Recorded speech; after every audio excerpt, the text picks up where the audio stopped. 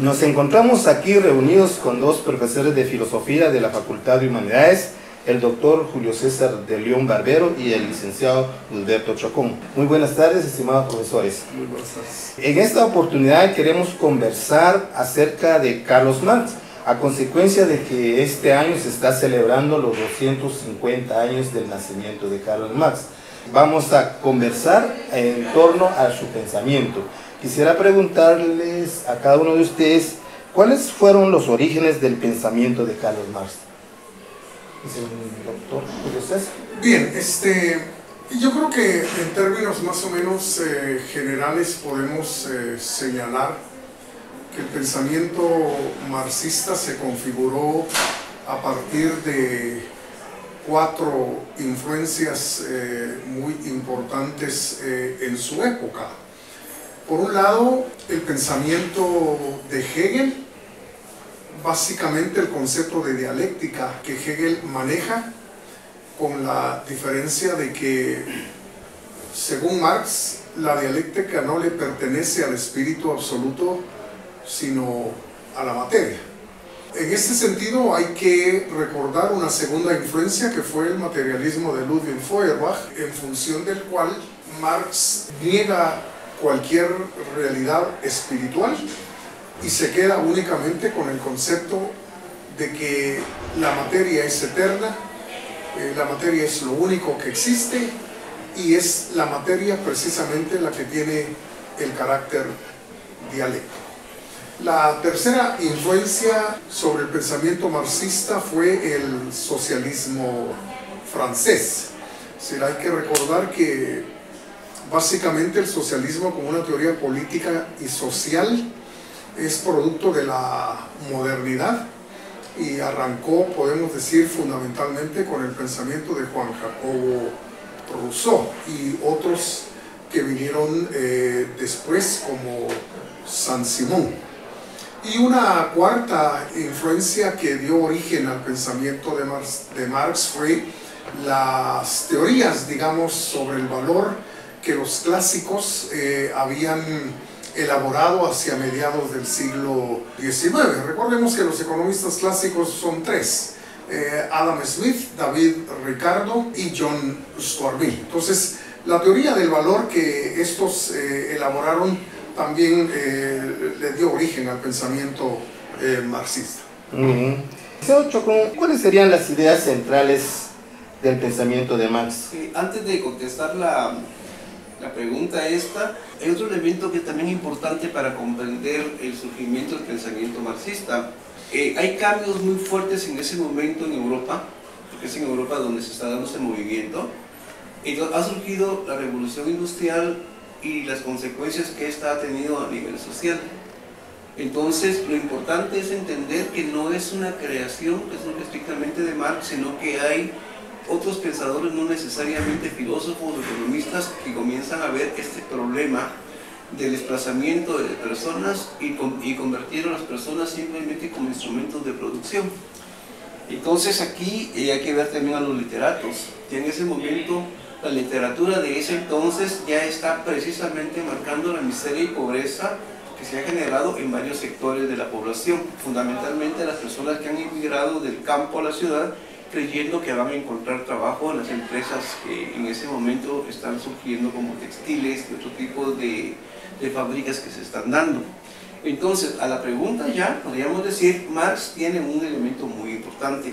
Tal vez para mí, uno de los aportes más importantes es el retomar y darle una mejor estructura a un análisis de la sociedad.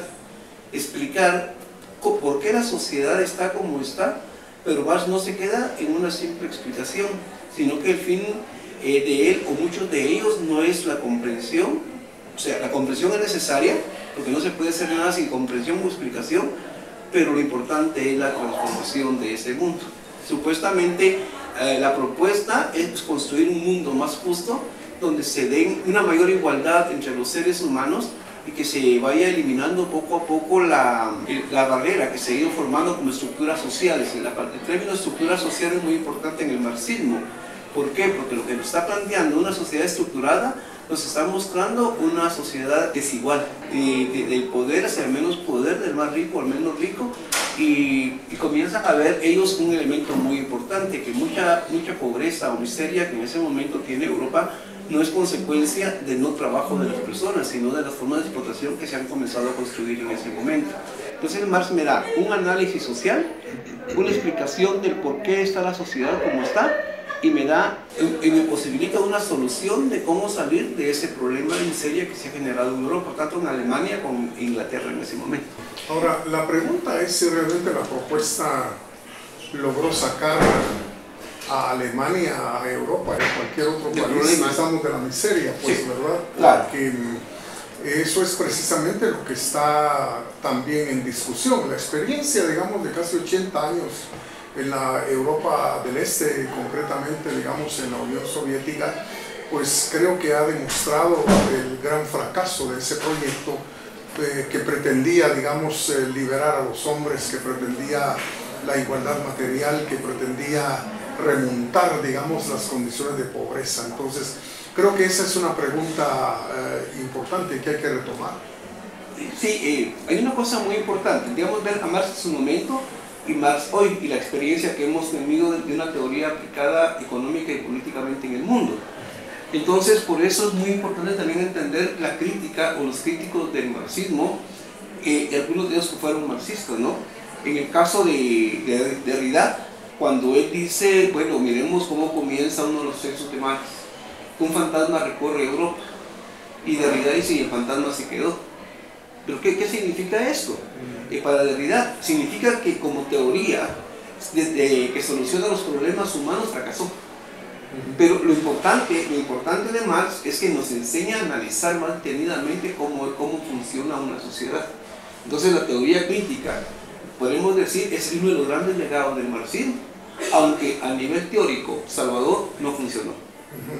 Sí, yo creo que esto es una cuestión importante porque en nuestro medio yo creo que hay mucha gente fanatizada con Marx, ¿verdad? Es decir, yo no conozco gente fanática de Kant, ni fanática de Santo Tomás, ni fanática de Descartes, pero sí conozco muchos que son fanáticos, digamos, del pensamiento marxista. Como filósofos, yo creo que debemos considerar esa actitud como no académicamente aceptable, porque, digamos, también se debe ver la otra cara, es decir, cuando presentamos a Descartes, presentamos las críticas que se le hacen a Descartes, pero cuando se presenta a Marx, a veces uno puede caer mal y ser mal visto, sí empieza con una serie de críticas, pero digamos hay muchos textos que los marxistas o los fanáticos del marxismo deberían realmente de leer, digamos que fueron escritos, digamos, por gente que en algún momento estuvo profundamente comprometida, digamos, con el proyecto soviético y en general con el comunismo. Es decir, podríamos recordar aquí esa famosa obra El Dios que fracasó, es decir, que son 6 trabajos elaborados por premios Nobel, incluso como André Gide, que es gente que vino a desilusionarse rotundamente, digamos, con el proyecto social y económico marxista. Tenemos otra obra, 100 años de socialismo, de Sassoon, donde él analiza, digamos, todo ese tiempo que el socialismo marxista-leninista estuvo vigente en Europa del Este. Recordamos también, digamos, esa importante obra El opio de los intelectuales, que me parece a mí que es una obra muy importante, ¿verdad?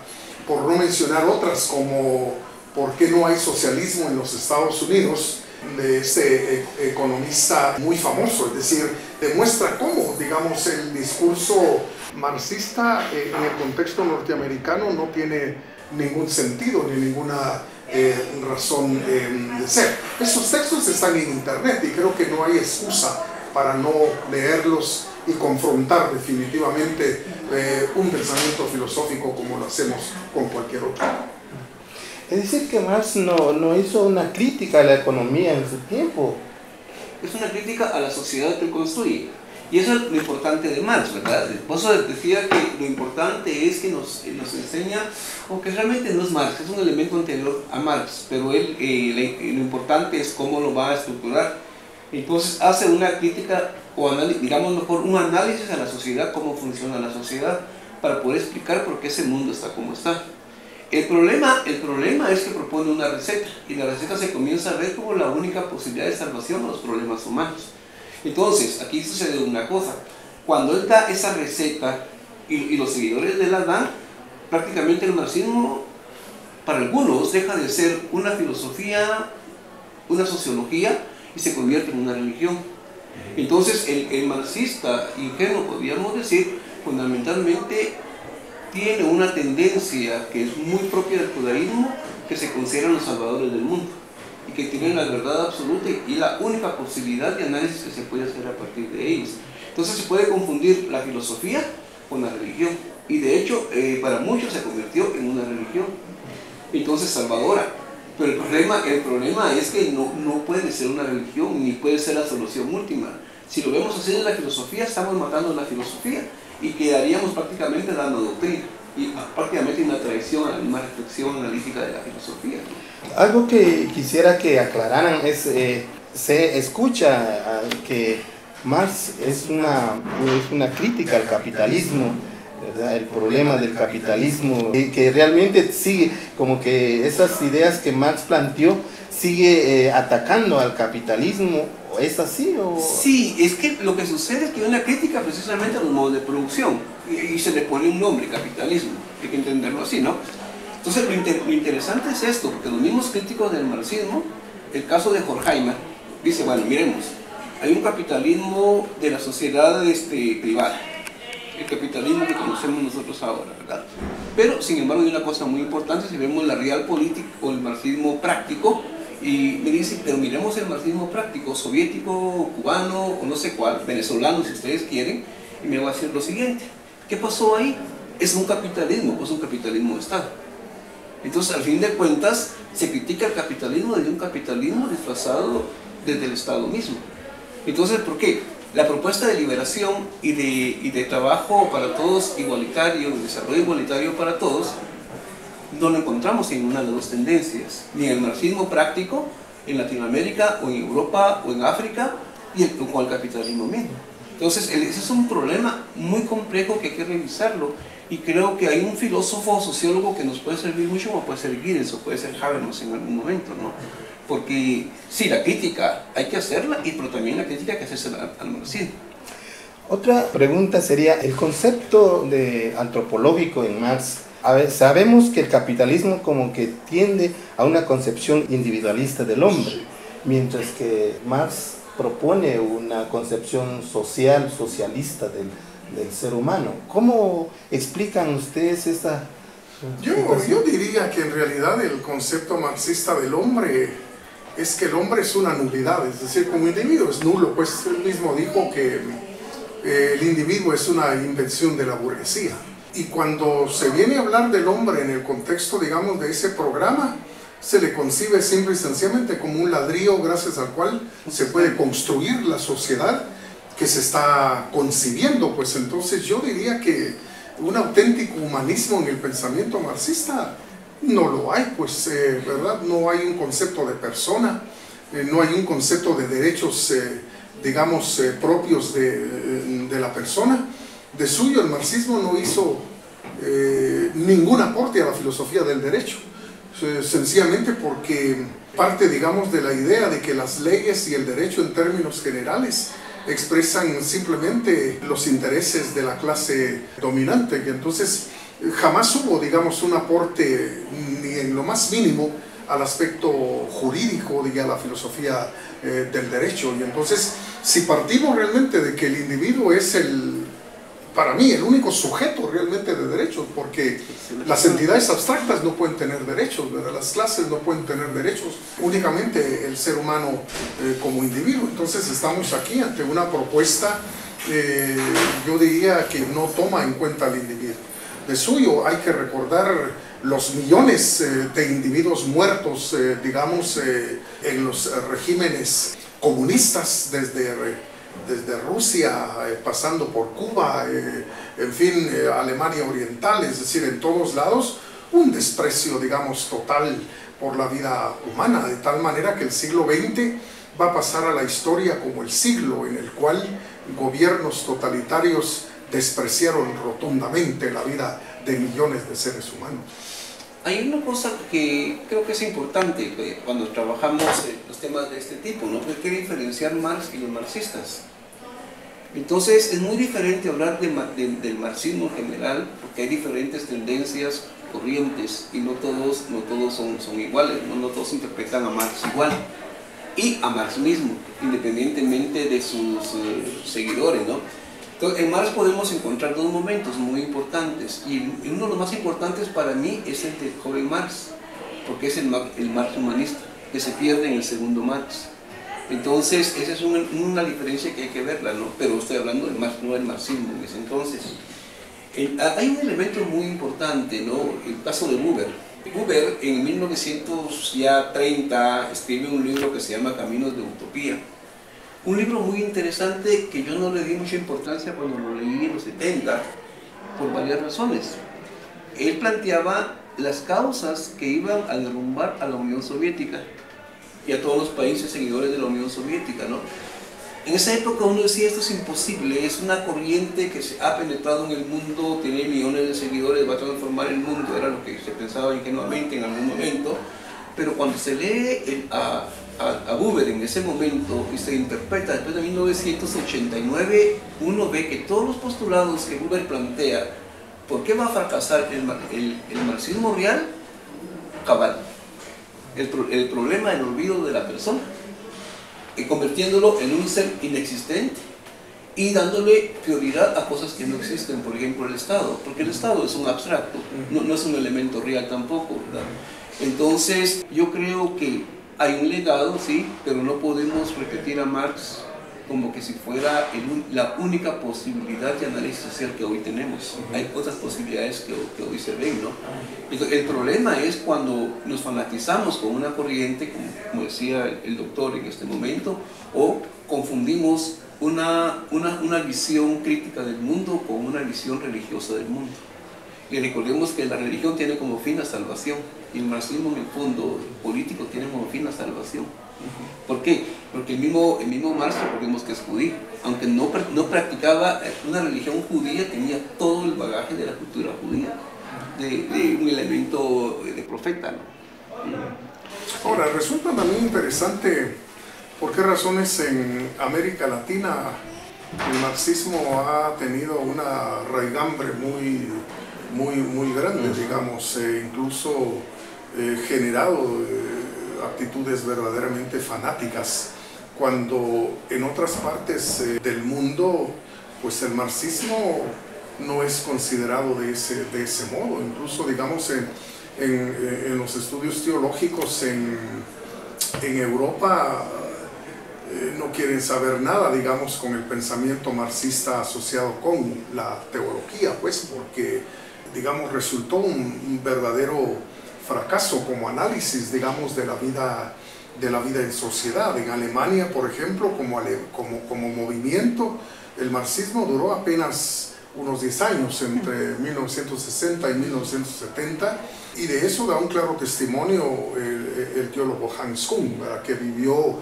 precisamente la crisis generada por el marxismo como movimiento social en Alemania, tocando las universidades, el sistema educativo, en fin, en 10 años eso estaba completamente superado, pero digamos en América Latina, tal vez por nuestra propia idiosincrasia, de la cual el licenciado Chocón puede hablar un poquito de por qué esa tendencia, digamos, de América Latina hacia discursos, primero, salvadores, ¿verdad?, hacia líderes que se consideran redentores, ¿verdad?, y que terminan siendo, en una sola palabra, caciques, pues, ¿verdad?, dicho en última instancia, pero no sé si quieres agregar algo. Pues solo quería, ya que mencionas a Hans Kuhn, creo que el libro a que te refieres se llama ¿Existe Dios?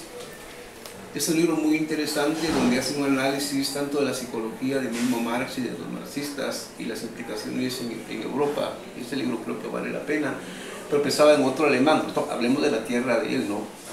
Y las consecuencias en América Latina son muy diferentes, definitivamente. Sí, Por ejemplo, encontré en el libro de Habermas que se llama que hay que revisar el marxismo, porque ya el marxismo hoy no responde a las situaciones en que hoy en el mundo se desenvuelve, ¿no? O sea, recordemos que vienen de una tendencia marxista, pero no son radicales, son críticos, y por eso no les gustan los marxistas radicales. Entonces el libro se llama precisamente Hay que revisar el marxismo, un libro que vale la pena. Y ahora para el aniversario del nacimiento de Marx en Berlín fue muy interesante porque estuvieron desfiles, unos celebrando el nacimiento de Marx y otros criticando a Marx. Y uno de los carteles que iba en alemán, en una de las caminatas que se hicieron en Alemania, decía millones de muertos tras de Marx. Entonces, claro, ¿verdad? No se pelearon, se encontraron dos grupos, eran opuestos, pero prevaleció el respeto a la persona. Eso en Guatemala no lo podemos ver ni en América Latina, porque normalmente en el marxismo latinoamericano hay una manipulación psicológica que se hace muy fuerte y se manipula muy bien rencores y odios, y entonces no es posible un diálogo cuando eso está presente. Aquí hablamos de diálogo con el garrote o la pistola a un lado, no importa de qué corriente se sea. Entonces es un elemento que no tenemos. Ahora, en América Latina lo interesante es que los mismos problemas de miseria y pobreza es un caldo de cultivo para ese tipo de corrientes, definitivamente. Recordemos la misma teología de la liberación, el papel que jugó, digamos, con Leonardo Boff y Gutiérrez en América Latina. Fue muy fácil manejar a las personas. Y entonces, claro, ¿verdad? Países que no tienen un desarrollo cultural, no se lee, no se estudia, no se analiza, y les prometen el cielo en la tierra, pues definitivamente van a funcionar así. Y recordemos cómo se generó todo esto en América Latina. Entonces Europa es muy diferente a nosotros. Claro, claro, dijo millones de muertos definitivamente en todos los bandos, porque no podemos decir que solo hubo muerte del lado de la derecha, sino también de la izquierda. Y los dos son criminales en el fondo, ¿verdad? Pero sí creo que no tenemos el suficiente tiempo para explicar los procesos latinoamericanos en la teología de la liberación emparentada con el marxismo. En este momento.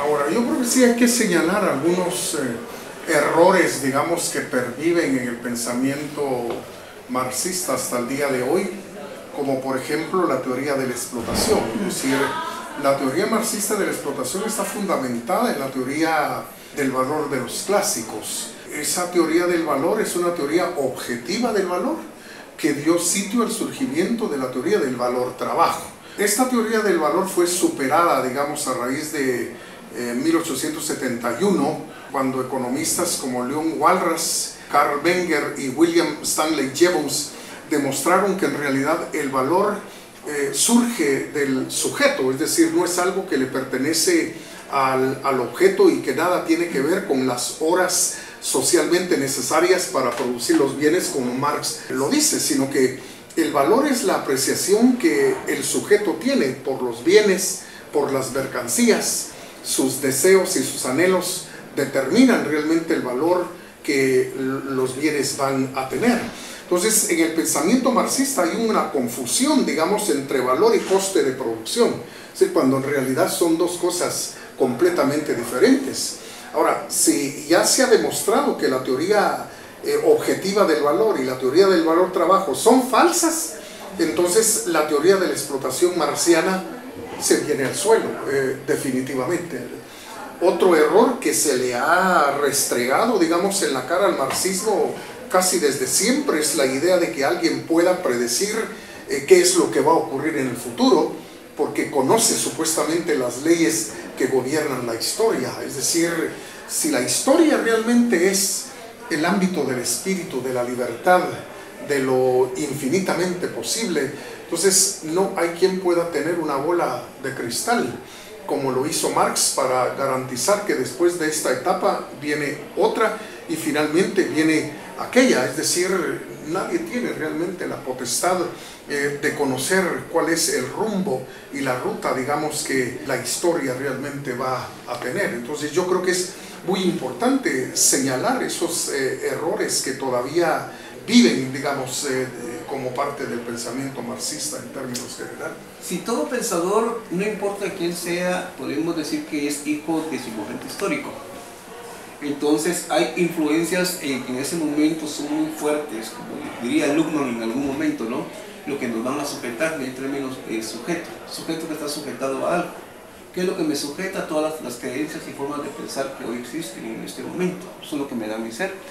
Entonces, cuando se lee una obra filosófica, o cualquier obra literaria, filosófica, el autor mismo son parte de una circunstancia histórica.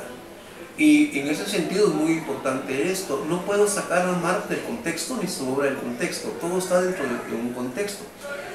Cuando yo saco al filósofo, al sociólogo, al economista de su contexto, vamos a imaginar que estamos hablando del siglo XIX, y lo quiero ver desde hoy, con valores de hoy, creo que no se cometen muchos errores en la interpretación, porque no estoy tomando el contexto, el problema de la hermenéutica, ¿no? Entonces, el problema que tú mencionas es muy importante verlo desde su mismo contexto. ¿Cuáles eran las corrientes de pensamiento dominantes? ¿Qué estaba pasando en ese momento? ¿Qué está surgiendo esta forma de pensamiento? Vamos a encontrar la fuerza del positivismo y las ideas biológicas que en ese momento se están desarrollando. Pero el problema que se dio con Marx y muchos de ellos es que las ideas biológicas de un cuerpo vivo, un organismo vivo, se le implantaron a la sociedad como un elemento, y eso no es así. Entonces, digamos, un organismo vivo, digamos, se desarrolla, pensemos en una persona, un bebé, un niño, un adolescente, adulto mayor, y la decadencia. Y eso lo aplicaron a la sociedad. Entonces ellos creían que podían predecir lo que iba a acontecer, con el mismo positivismo también. Pero eso es falso, ¿no? Porque el mismo desarrollo humano no está determinado por leyes generales como ellos creían, ni está determinado por leyes biológicas tampoco, porque el ser humano está más allá de la misma biología. Entonces la misma conducta humana por eso no se puede controlar ni se puede predecir. Entonces, si no se puede predecir la conducta humana, tampoco se puede predecir los acontecimientos históricos a futuro. Entonces, por eso en filosofía hablamos de un acontecer que no sabemos cómo va a ser cuando sea, pero es un devenir que no podemos evitar. Entonces, son dos errores muy fuertes de Marx. Ese elemento desarrollista, ese elemento positivista, que tuvieron consecuencia en las formas de pensar de ese entonces. Bien, para concluir, quisiera hacerle la última pregunta. Me parece que la postura que ustedes traen a este diálogo, como que se ha restado la importancia de Marx. ¿Aún creen ustedes que tiene importancia en la sociedad en que vivimos? ¿Qué opinan ustedes sobre eso? Tal vez yo no lo haría tanto la propuesta, ¿verdad? Porque ahí sí podemos decir que muchas cosas no. Si se analizan así detenidamente las propuestas, claro que hay filósofos sociólogos que sí lo hacen, ¿no? El caso de Giddens, que dice, bueno, miremos dos propuestas teóricas, miremos la del mundo liberal y la del mundo marxista, y tratemos de ver lo que nos puede servir de las dos corrientes, o sea, no desecha ni una ni la otra, ¿no? Claro, eso le ha valido a él críticas muy fuertes, fundamentalmente de los grupos marxistas radicales. Con Habermas lo mismo, ¿no? Que Habermas es muy criticado por los grupos radicales marxistas precisamente porque hay que revisar Marx. O sea, Marx no es una verdad absoluta, intocable, no, hay que analizarla, hay que revisarla. Y yo estaría más en la línea de Derrida. O sea, el valor más importante que tiene de Marx es el legado de análisis social que nos dejó, más no la propuesta de solución a los problemas humanos, que eso hay que revisarlo muy detenidamente. Yo al menos así lo veo. Bien. Yo opinaría que Marx es tan interesante para el estudioso de la filosofía como interesante puede ser cualquier otro autor que en el pasado haya elaborado un discurso, digamos, de carácter filosófico. En ese sentido también quisiera insistir en que como filósofos no podemos adoptar una actitud, digamos, de promoción de un determinado punto de vista, es decir, tenemos que ser críticos, ¿verdad? Y de alguna manera seguir el lineamiento que Ortega decía, cada vez que enseñes, enseña a dudar de lo que enseñas, es decir, esa actitud crítica, digamos, del filósofo, creo que si se le puede llamar, restarle importancia a Marx, pues bienvenido sea, pues, ¿verdad? Pero el que se dedica a estudiar la filosofía no puede sino adoptar una actitud crítica, ¿verdad? Frente a cualquier forma de pensamiento social, político, metafísico, ontológico, ético, en fin, lo que sea, pues, ¿verdad? Sí, solo algo, ¿no? Hay una cosa muy interesante que cuando no se tiene esa capacidad de analizar y tratar de comprender otras posturas nos lleva a radicalismos. Así es. Entonces, pienso en México, ¿no? Me acabo de enterar. El filósofo Nancy murió hace 1 año y medio más o menos, Nancy, pero Nancy era muy crítico precisamente a esos tipos de corrientes. Y cuando él llega a México, iba a dar su conferencia, pues definitivamente los marxistas radicales lo recibieron a tomatazos, ¿no? Entonces, eso no es una actitud crítica, y es muy latinoamericana, como no piensas como yo pienso, yo te destruyo. Y en ese momento en la UNAM fue eso, ¿no? Recibieron a tomatazos. A Ricord, ¿qué pasó? En la Sorbona. Digamos, cuando él iba por el pasillo de la Sorbona, la gente radical del marxismo toman los cestos de basura y se los ponen en la cabeza. Todo porque no seguía la corriente que ellos creían que era la única, verdadera y posible que todo el mundo debe seguir. Sí, es un problema complicado. Muy bien, queridos profesores, les agradezco esta intervención de ustedes y creo que el aporte que han hecho es muy valioso para el departamento y para el estudiantado de la filosofía. Muchísimas gracias.